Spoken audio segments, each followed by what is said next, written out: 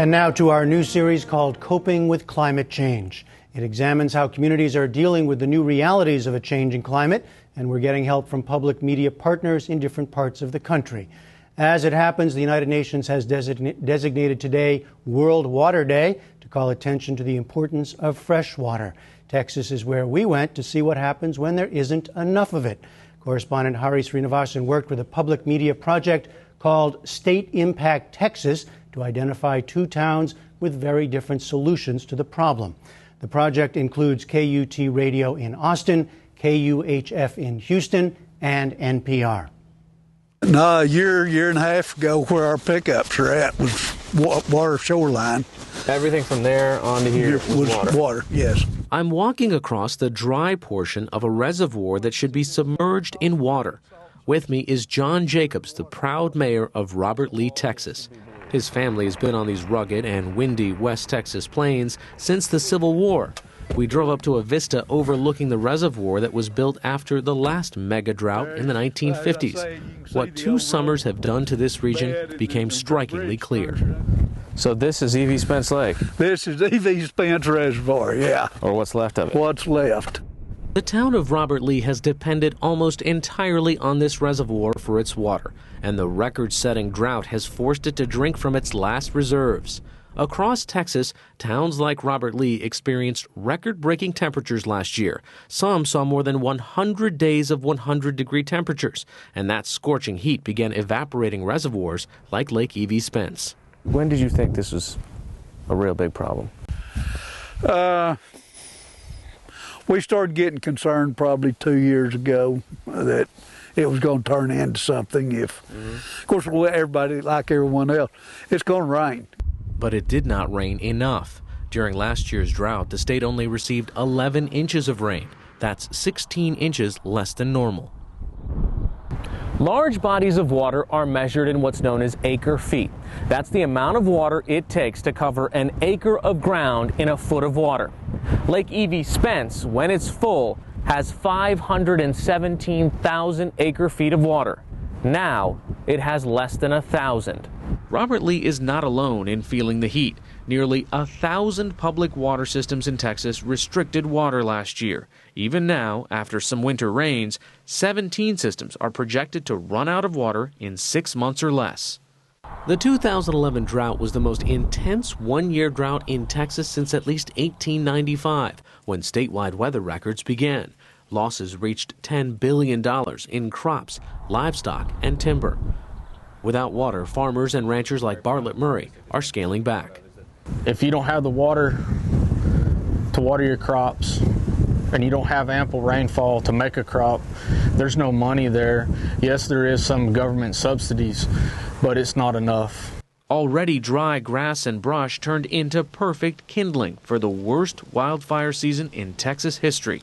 The fires charred nearly 4 million acres, and firefighters were forced to use precious water to put those fires out. You throw a fire season that burned over 40% of our county. I mean, we thank God for Texas Forest Service, but every time they came in with one of those helicopters or the big planes, they sucked more of our water out of Lake Spence until, well, as you saw today, it's gone.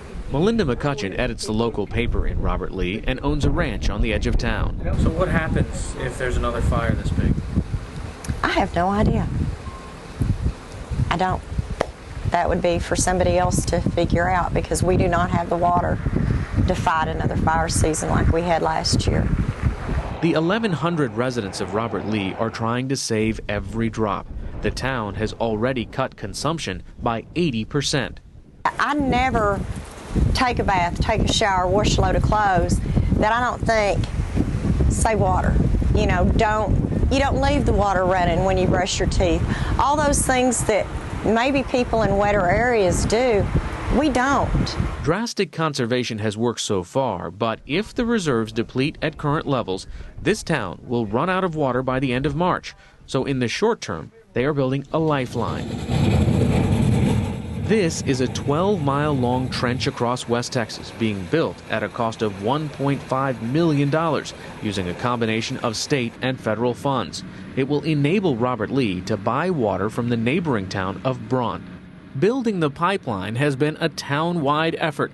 Photos taken by local citizens show how volunteers have rolled up their sleeves to help at every step. Well, the community of Robert Lee always pulls together and stands together, and we'll come through it. We'll be stronger.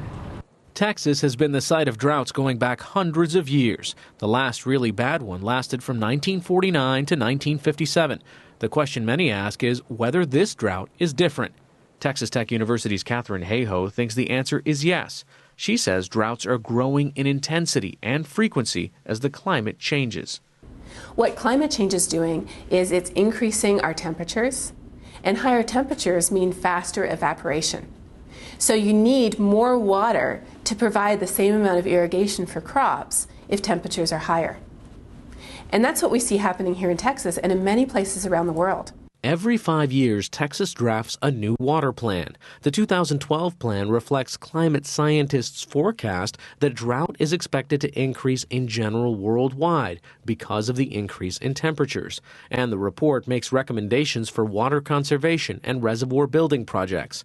Turning policy into action, however, remains a problem, according to Andrew Sansom, director of the River Systems Institute at Texas State University.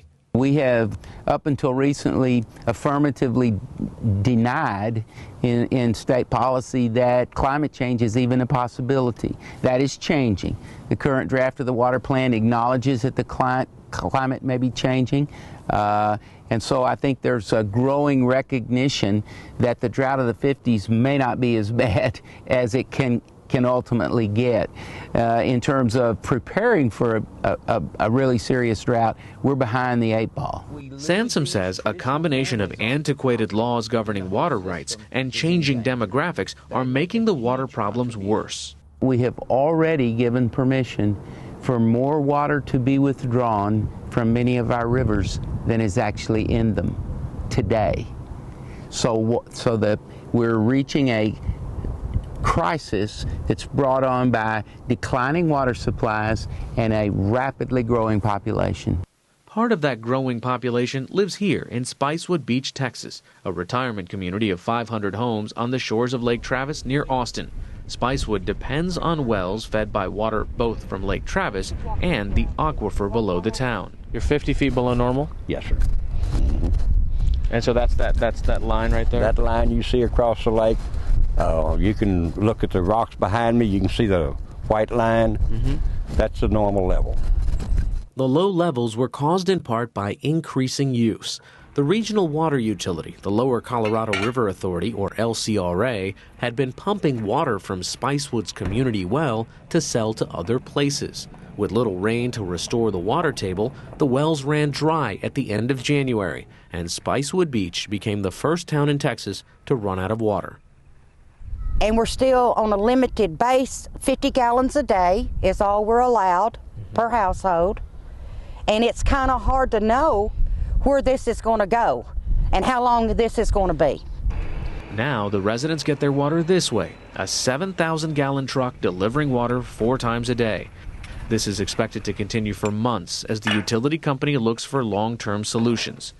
That's cold comfort for residents who retired here for a life of leisure and are now watching their life savings go down the drain. You've lost your property value now because this is a major problem with no water. And I feel like now, personally myself, that nobody is going to want to come in here anymore, live here any longer, because we have issues with our water system. Strains on the system are beginning to pit upstream communities that live near the reservoirs against downstream farmers competing for the same water. Just this month, for the first time in history, the water utility decided to cut off water supply to rice farmers in southeastern Texas. Today, the economic engine engendered by recreation, residential growth, and tourism up on this lake probably far exceeds the rice industry, and so there's a pitched battle underway as to who should get the water. Mark Twain said that whiskey is for drinking and water is for fighting, and he was prophetic because that fight is accelerating in Texas today. And if this spring and summer are a repeat of the last two and a harbinger of things to come, that fight could get worse. In times of serious drought, Texas expects to need 130% more water over the next 50 years. And the state admits that if it doesn't act fast, there will not be enough supply to meet those demands. Hari has been filing stories from Texas all week on our website, where it's Science Thursday. You can look for our brand new Coping with Climate Change page to find all our climate reports.